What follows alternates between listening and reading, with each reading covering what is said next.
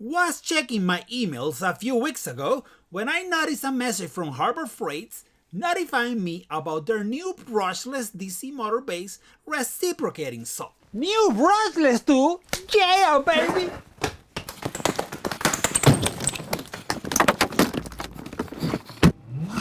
And of course I had to go and get one. Needless to say, this also means I need a battery and a charger, but that's okay, as I'm intrigued to see what's inside, how they implemented the brushless DC motor control, and how good a $60 reciprocating saw can be. I often feel guilty about purchasing these items to open them up because I know the folks at the stores are gonna try to sell me an extended warranty. Sir, may I interest you in an extended warranty? If anything happens to it, we will replace it. Did you just say anything? Yes, anything.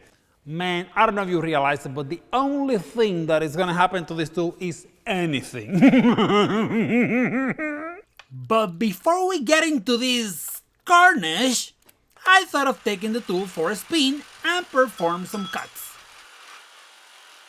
Not as fast as I had thought, but I guess it will get the job done.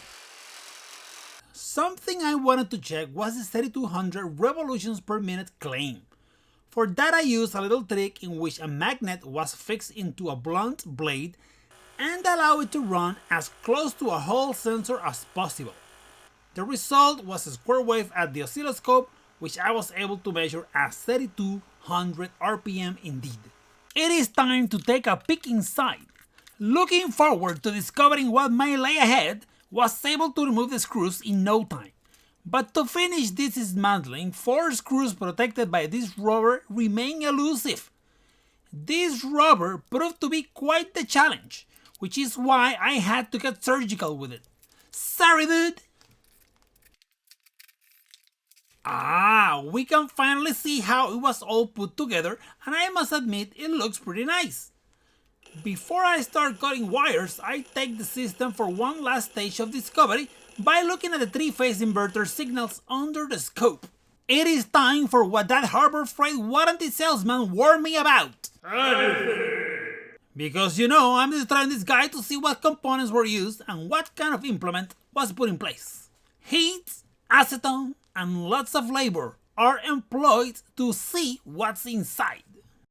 So what's under the hood?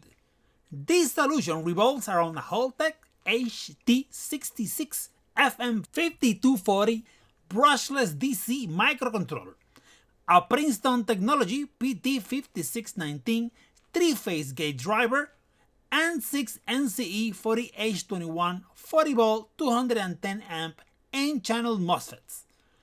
Some LDOs are used to generate the lower voltage rails. Of course, the alluring aspect of this endeavor is putting my own electronics inside of this tool, so I went ahead and designed a smaller board revolving around the PAC5526.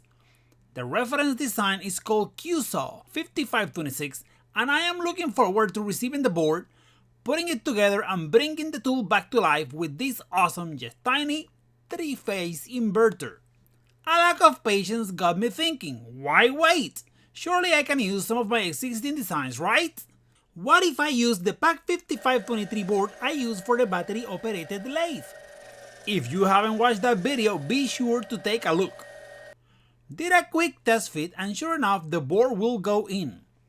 After a few parameters update, I have the tool operating with potentiometer control and at the required speed to cut some metal.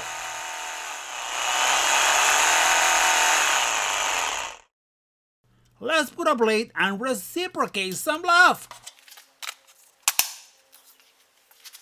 If you are well versed in the ancient tongue of sawing, there is no question the saw is asking for some steel to shoot through. But will it cut? Heck yeah, it will! Thanks to the power application controller, this power tool is back to life. I want to thank you for tuning into my YouTube channel, and I'll see you on the next one.